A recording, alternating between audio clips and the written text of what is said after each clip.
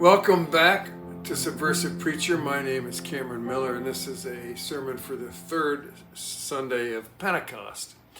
And the gospel appointed by the lectionary for today starts in mid-sentence. It goes like this: the crowd came together again so that Jesus and his disciples could not even eat. But the actual verse in Mark's gospel begins, then he went home. Then he went home, semicolon, and the crowd came together again. Of course, the semicolon is inserted by us in English translation of modern day, but the lectionary deleted, then he went home for this Sunday. Something about Jesus having a home the theological gatekeepers don't like. I'm just going to tell you this story the way that Mark wrote it. The way I imagine Mark wanted us to hear it, because he wrote it that way. And then you can do with it what you will. Mark has edited this story awkwardly. He put a very strange argument with the temple scribes right in the middle of the story about Jesus' family. If we lift that part of the story out for just a minute, and then we'll put it back, this is the way we would read the story or hear it. Then Jesus went home, and the crowd came together again so that Jesus and his disciples could not even eat. When his family heard of it, they went out to restrain him, for people were saying, he's gone out of his mind. Then his mother and his brothers came, and standing outside, they sent to him and called to him. And a crowd was sitting around him, and they said, hey, your mother and your brothers and your sisters are outside asking for you. And Jesus' reply is basically, they've got nothing to do with me. So we see that Jesus has a home in Capernaum, a lakeside town like Geneva, New York. Nazareth, where he was born, according to Mark, and where his family still lived, was a small rural village. Capernaum was at least 3 times the size of Nazareth, big enough to have a Roman garrison. But it was also close enough to the 10 city-states known as the Decapolis, centers of Greek and Roman culture in that part of the world, that that Capernaum was a much more cosmopolitan place. Now that's the geographical and cultural setting. Jesus left home, found an apartment or something in the big city where things were different. Now I want to back up though and take a kind of a drone view of the first 3 chapters of Mark right up until today's story so that we can see what's really going on here. In short order, Jesus is baptized by John in the Jordan, a self-conscious act that associates him with previous prophets of Israel. And even before today's story, which is only, as I said, in 3 short chapters in, Jesus has already gotten into arguments with John's disciples and with the Pharisees because he's been seen eating with tax collectors and sinners. So already from the beginning, Jesus is disrespecting the rules. And then he heals an epileptic in the synagogue and another man with a withered hand. And suddenly, his home is inundated with hordes of people seeking cures for what ails them. This further aggravates his reputation with the establishment because he touches people the temple clergy consider to be unclean. So that sets up the story that we read today. A fresh face suddenly appears on the scene of first century Galilee. He is no real threat yet, but there are some ominous signs. Like he seems to command demonic spirits, and that could be sort of disconcerting. And even at the beginning of the gospel, we have the first instance when Jesus tells a demonic spirit to shut up and not tell those humans who he really is.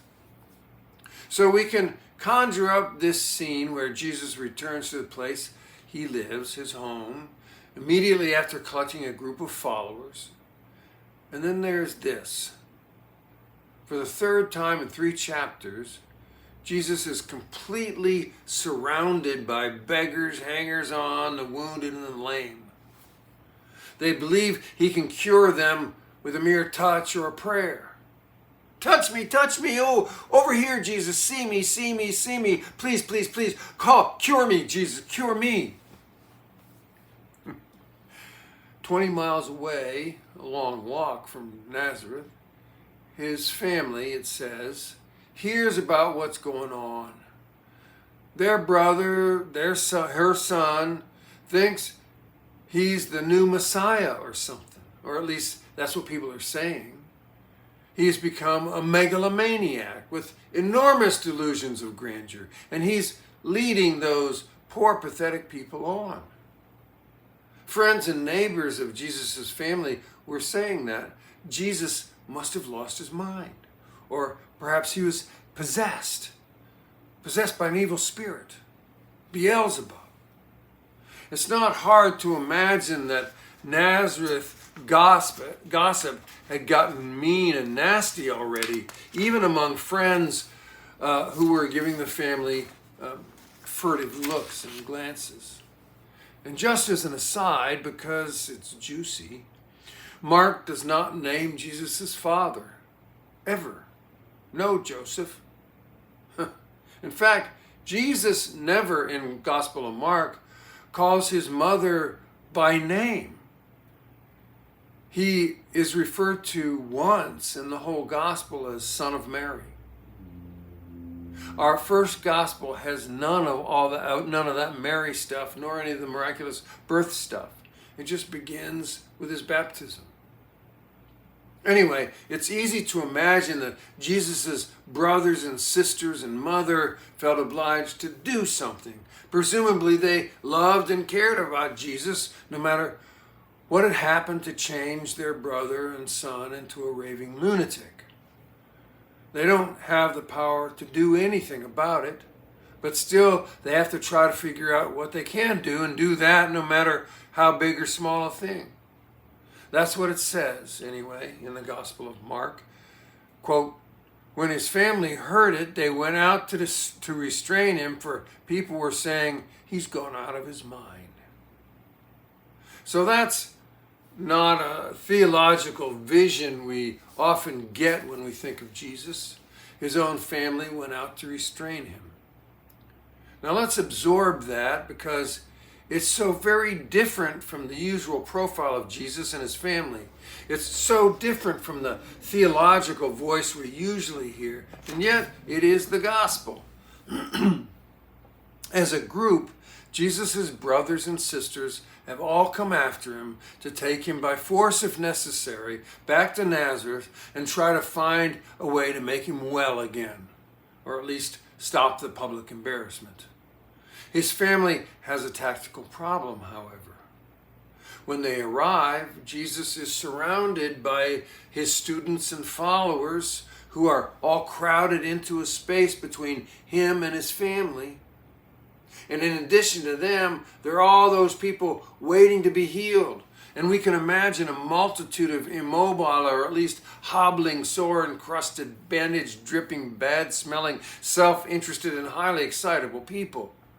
They are an ocean of discontent between Jesus and his family. Well then, way back at the edge of the crowd, word comes down that Jesus' mother and brothers and sisters are asking for him. Now, Jesus is no dummy. He knows why they're there, and he doesn't do a thing to bring them any closer. In fact, he insults them. Who are my mother and brothers? These folks here are my mother and brothers and sisters. Y me llamo la loca.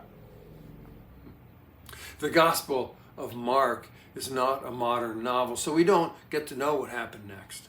The chapter ends there, and then the next chapter simply begins, again, he began to teach by the sea.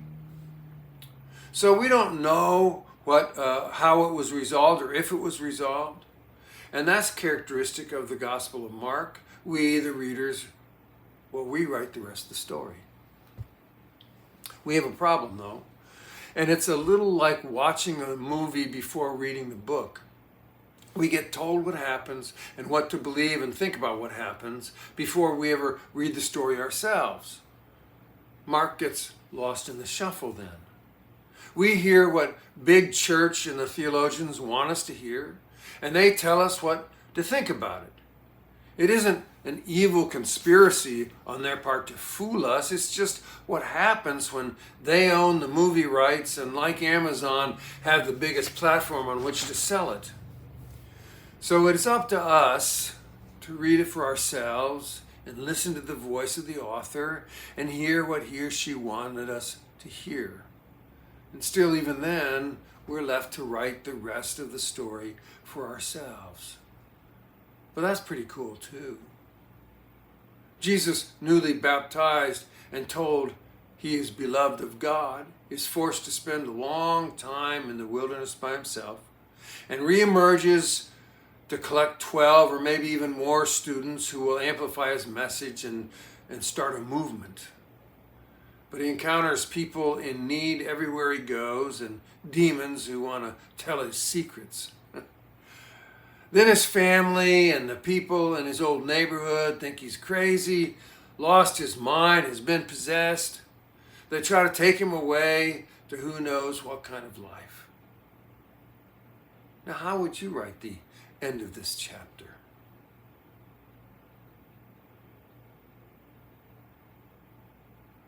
Well, when you do rewrite it, look real close at what your ending has to say about you, about your family, your friends, your understanding of the world. Me llama la loca.